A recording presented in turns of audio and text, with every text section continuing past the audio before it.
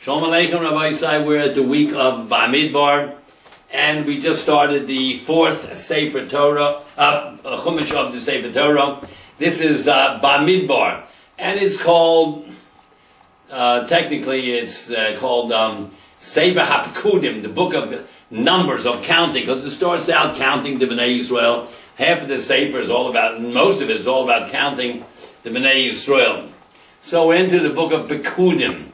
Just like Vayikra is called Torah's Kohanim, and Shemos is called Sefer HaGeula, the book of redemption, and Bereshis is called the Sefer HaBriyah, the book of creation, or it's called Sefer HaYesharim, because it talks about upright men, Noah, Avram, Yitzchak, and Yaakov. So now we're in the fourth Sefer called Sefer HaPekudim, Numbers.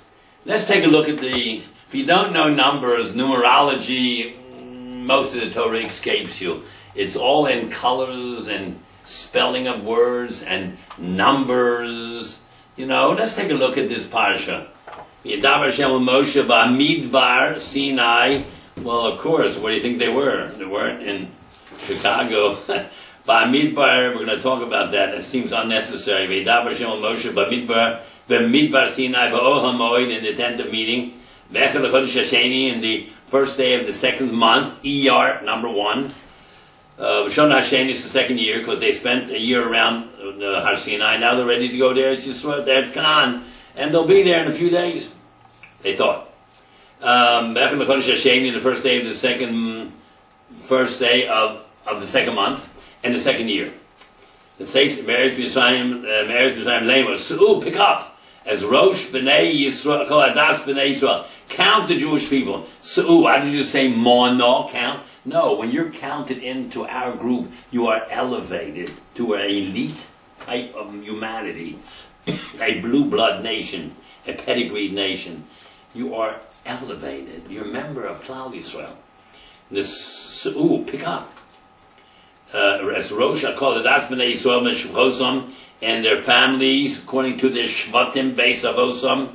Mishpacha means a family. There's hundreds of families in every Shevet. The base of Osam, Misvah Shemus, called Zocher and Gulgosam, according with the names, all males, according to their skulls. Why do you have skulls? Because that's the top of the body, and you go around, you touch people's heads, that's how you count. But much deeper than that. Skull is a very hard thing. If you're a member of Klal Yisrael, you have to have toughness. You have to be strong.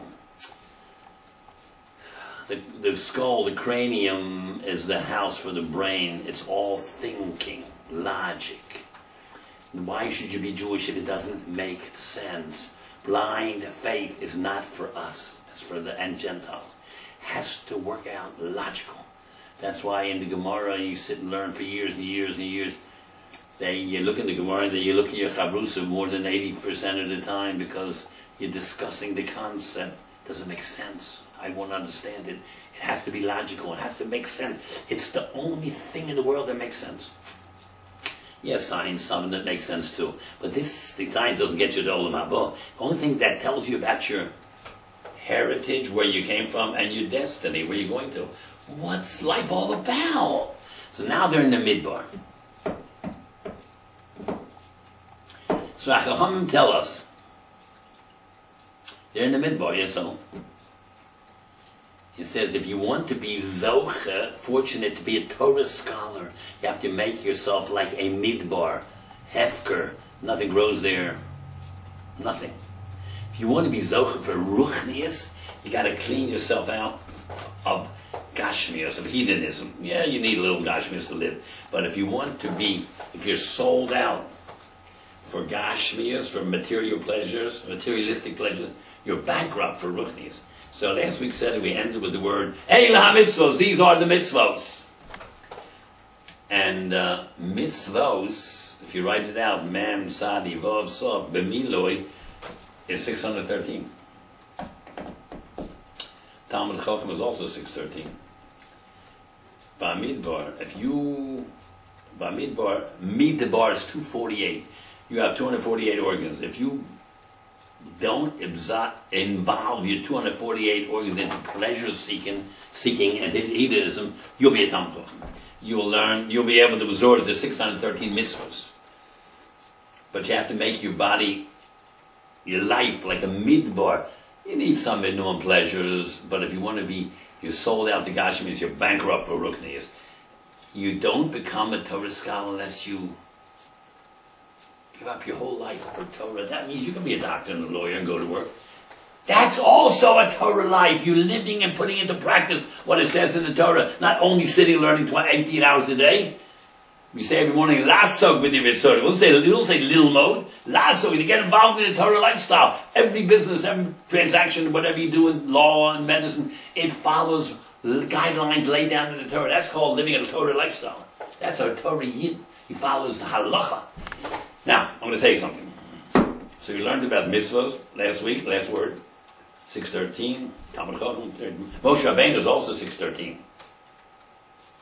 And Midbar is 248, and you have 248 organs, and you have to submit them to the rigors of Torah. Thinking everything through, get tremendous pleasure from logic. Love, logic, and emes. Now I'll tell you another thing that'll blow you away. You know the miracles we had in the Midbar? Instead of food coming from the ground up, mine came from the top down. 40 years. Millions of people. 3.5 million people, 2.5 million air drops, 6 million people. No one went hungry, not one day. Water. It followed us, the Be'er Miriam, a rolling spring well. And wherever we stopped, it stopped, and it went into 12 channels for all the 12 shvatim. Water, food. Amalek, the most vicious, cruel, Satanistic nation, attacked us 2 weeks after we were out of Mitzrayim. We beat them. We killed them. That's not a miracle. Korach attacks Moshe. He ends up in a hole in the ground. It's not a miracle.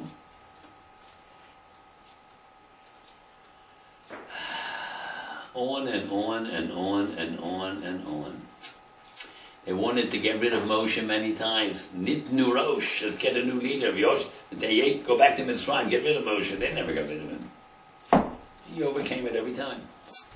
He said to Hashem, Od Ma'at Uskuluni, they want to stone me to death. No, so why didn't they? That man over there who founded other religion, he couldn't help himself. They hung him, they nailed him. How come, if he's a God, how come he couldn't help himself? So,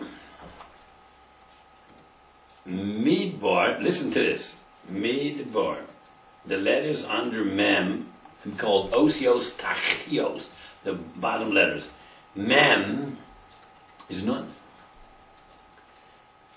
Id, Dalid is Het. Beis is Gimel. Reish is Shin. You know what those letters spell?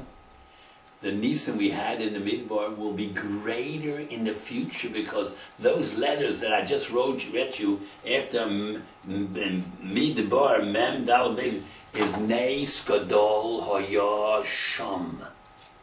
There was a great Neis over there in Chanukah time. And the Neis Gadol Hoya Sham is Gematria 358. And so is Mashiach 358. Which means the Nisan we had in the Midbar is nothing what's going to be when Mashiach comes.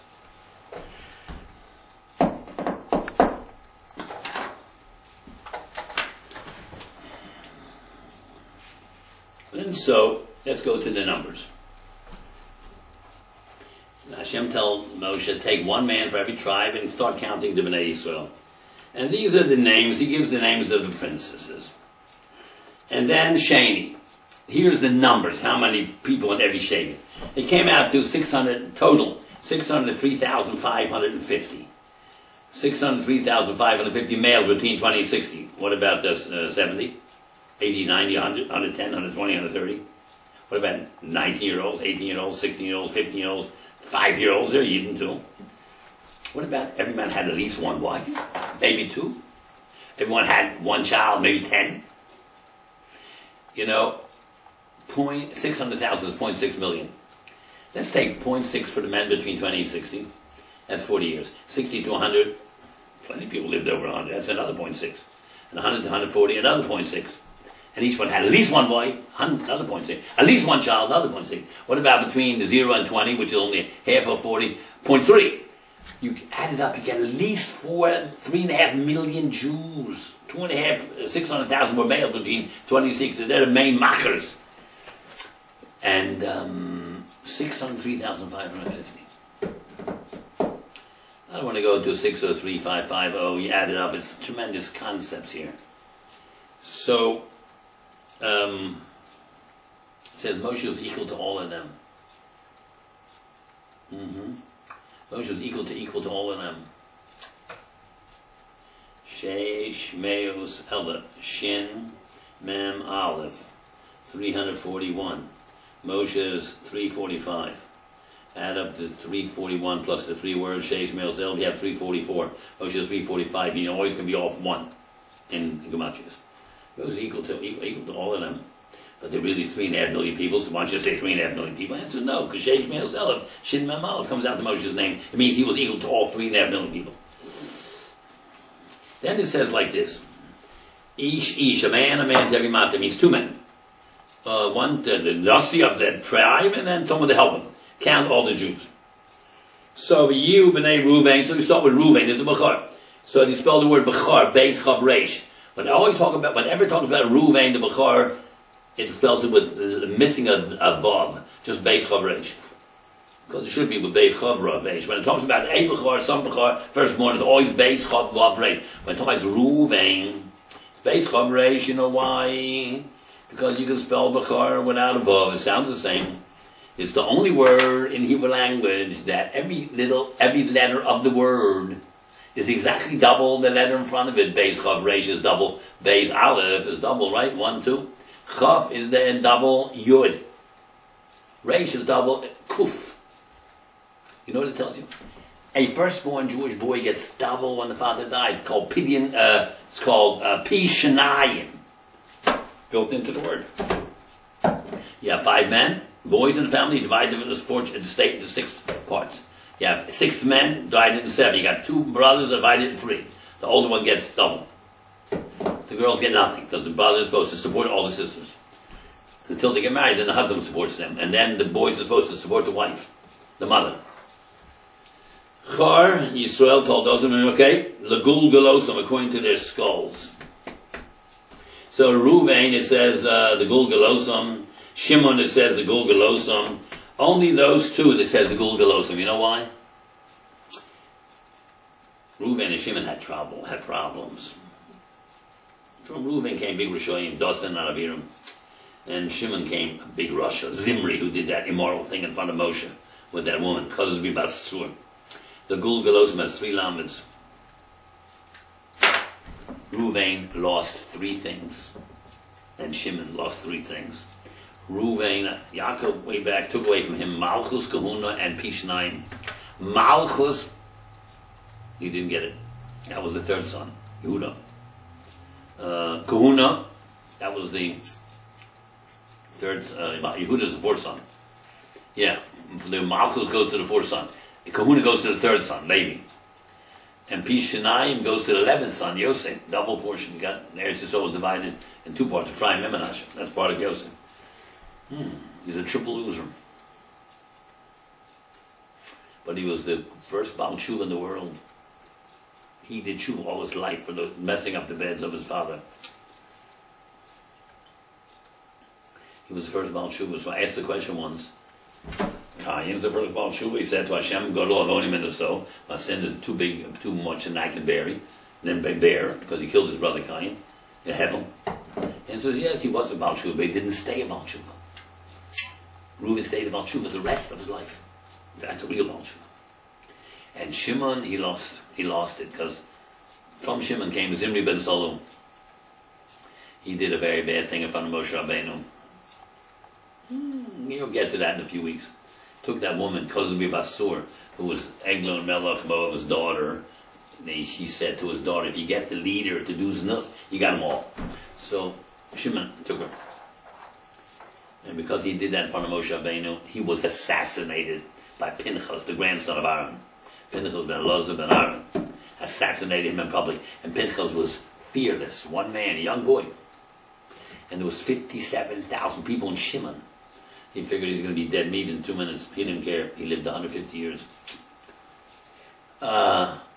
You have to do what you have to do. And don't worry how the cookie crumbles. You do what you have to do and everything will be fine. So he lost 3 things. From Shimon, he did such a terrible thing. Never will become a shofet, a judge for the Klal from Shimon. Never a Navi, and never a Nasi, a prince, a big person. They became teachers of little children. And that kind of chutzpah that Zimri had in front of Moshe Rabbeinu, it seemed to be Masa over Simon Labonim. Shimon and Levi also killed out of town Shechem, right? Levi learned. He did Shuvah, Levi. And he was serving the Beis HaMikdash. And he learned how to machni himself to the Kohanim. And he didn't learn it, Shimon. They wiped out a whole town. Some say 24,000. Ki ishecha, like one man, Yaakov said, they deserve Misa, but not with this trick. You have a bris milah like others, and then we have a bris milah, then we can marry together. A bris milah doesn't make you a Jew. You made a trick, and then on the 3rd day, when they were suffering, they came and slit their necks of all of them. Yes, they're Chaim Misa, they're accessories to raping Dinah. That means descendants. But not that way. Just go and take Dinah. If they stop, you kill them. Yaakov didn't say you messed. I didn't like what you did. So, Azim Yisrael, spread them out in Yisrael. You need a little this kanos, but not too much together. Shimon and Levi's dynamite together. Levi learned his lesson, became the functionaries in the Mishkan, and Shimon went down to Zimri. He was also a nerve to do that in front of Moshe Rabbeinu. He was assassinated. So he lost. So he never from Shimon ever came a nasi, a prince. Even not after the kings, and not even Bovel, never a prince. Can't be a king because he's not from Yehuda. And never a nasi, never a shofet, a Gotel Yisrael, Dayan, and never a Navi. So Gul goes on 3 lamets, low, low, low, no, no, no. So it says B'nai to Reuven, all the others says Livinay, Livinay, Livinay, Livinay. So they want to say Livinay means you had a lot of boys. And B'nai you had a very few boys. Mostly girls. But Livinay means you had a lot of boys.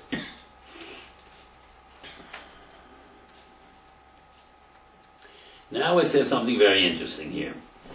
Out of the 12 tribes mentioned, 8 of them, it says these are the names, Shemos, written without a vav. 4 of them, 8 and 4 is 12, it's Shemos, regular, Shin Mem Vav Sof. How come? From these 11, from these 12, 8 have the word Shemos, Shin Mem Sof, and 4 have Shin Mem Vav Sof the regular way. Let me tell you, those who didn't have it, what means Shemos without a vav? It could mean Shemes, he killed himself for Torah. He stressed himself out for Torah. He's ready to die for principles. Let's take a look. Yehuda, she wanted to die. He was ready to be embarrassed, or embarrassment is like death. When Tomer came out and says, this ring and this jacket and this cane belongs to the man that made me pregnant. And Yehuda looks at it. That was him. No, he said in public. You know what he said in public? Sod called me Mani. She's more religious than I am. Or Sod called, she's right, me Mani. I made her pregnant. But Rabin, you admit it. Busha is like death. That's why his name, Yehuda, does not have a vav. Ready to die, Shemes.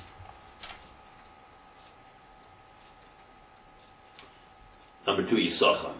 Yisachar is a Chamar Gorim. He learned all the time. There were such Torah scholars, 200 of them were in the Sanhedrin. Yisachar Chamar Gorim. He learned, he bore the weight. The biggest Talmidei Chacham were Yisachar, and the biggest astronomers and scientists. They would kill themselves for learning Torah. That means Maimis, Shemes, Shemos, Shemes. Zavulon did business to support his brother Yisachar, who was learning. Zavulon stressed himself to make double panos. Yisachar and Zavulon. Yisachar learned, Zavulon supported him. Yosef, he was ready to die he was almost in 10 years in jail because he spoke lashon hara against the 10 brothers, and he would not violate anything. And the 10 good-looking boy, handsome fella, didn't do anything. He was ready to die for Kiddush Hashem in the jail, especially when he met Eshe the Potiphar. No way, he ran away. He put his life in danger. She could have said, well, she did. He tried to force me. Meanwhile, the owner didn't believe her. Then he had a son, Ephraim. He was a Talmud Chacham. He learned day and night. He's killed himself for Torah. It means you stretch yourself out for Torah. You absolve yourself from all worldly pleasures. As Binyamin, he was Misabel, mourned for his brother Yosef, the same mother, right? And he named all of his 10 kids because of Yosef, because he was not at his wedding. Yosef was not at his wedding. Binyamin was not at his wedding. He suffered his whole life because he lost the older brother, and he named all 10 kids, all of his kids, on mourning his brother. Shimon, Don had had a person came out of him called Shimshon. Didn't he said, I'm going to die and bring all this whole stadium down with the Pelishtim? Thomas Nafshi in Pelishtim. He's ready to, he did die. Kiddush Hashem. Asher, he also has the word Shin Mem with Alavov. He was the biggest oil dealer in the country, very wealthy man, and the Gemara tells you how scrupulous he was in business. He was yosher to the penny. He killed himself for rectitude, for honesty. That's an honest person. Naphtali, Ayola Shlucha. He was like a deer that ran over the country. He taught Torah all over the country. He was an internet preacher. He gave up his family, his wife, his kids, to teach Torah all around these communities that didn't have a rabbi. He was killed himself to spread Torah. And Naphtali, Ayola Shlucha. He was like an ayil that sent out to teach Torah. But Reuven has the regular word. From him came two Rishayim, Dosan and Aviram. Shimon came Zimri, a big Russia who got assassinated. Menashe was the head of the Meraglim who gave the poisonous advice to all the other 9, because there were 10 against 2. To say the giants over there and God's incapable of bringing us there. Menashe was the head Malshan of all those Lashon Horanics. His name from Menashe came Gadi ben Susi, a goat, the son of a horse. It's making fun of him because he's the main that caused the Jews to wander in the desert for 39 years. They were ready after 1 year to go to Eretz Yisrael, Canaan. And then they sent Meraglim, and they spent 39 days in Canaan. So Hashem said, okay, 39 for 39. You're going to spend 39 years in the Midbar because he spoke Lashon Hara.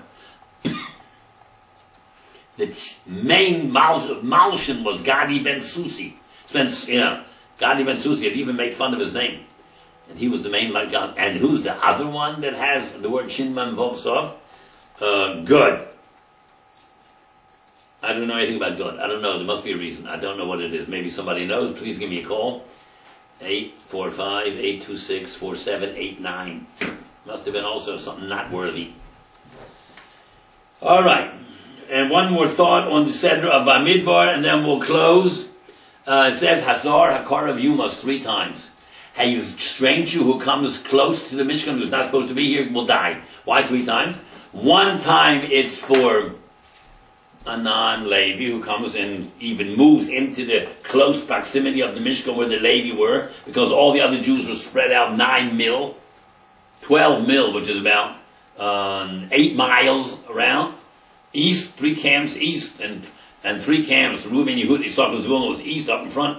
On the right there was south, was Reuben and Gad, and on the south and on the west, and the 3 Shvatim of Levi were around the center, so they couldn't get close. So it says, and you can't do a Levi's job. So it says, Zor HaKor of Yumas 3 times. 1 is a non-Levi. Number 2, even a Kohen can't do a Levi's job. And number 3, why it says a Zor HaKor of Yumas, even another Levi can't do a Levi's job. Every Levi had a specific thing to put up the Mishkan and take it down and cover this Aron and move this thing and carry this thing and pick this up. It was like assembly line. They could take down the whole Mishkan in 20 minutes. So Hazar Korban 3 times, that means everybody has a specific job. Okay, Rabbi side, that's a little short 20 minutes on Bamidbar, and we'll see you next week.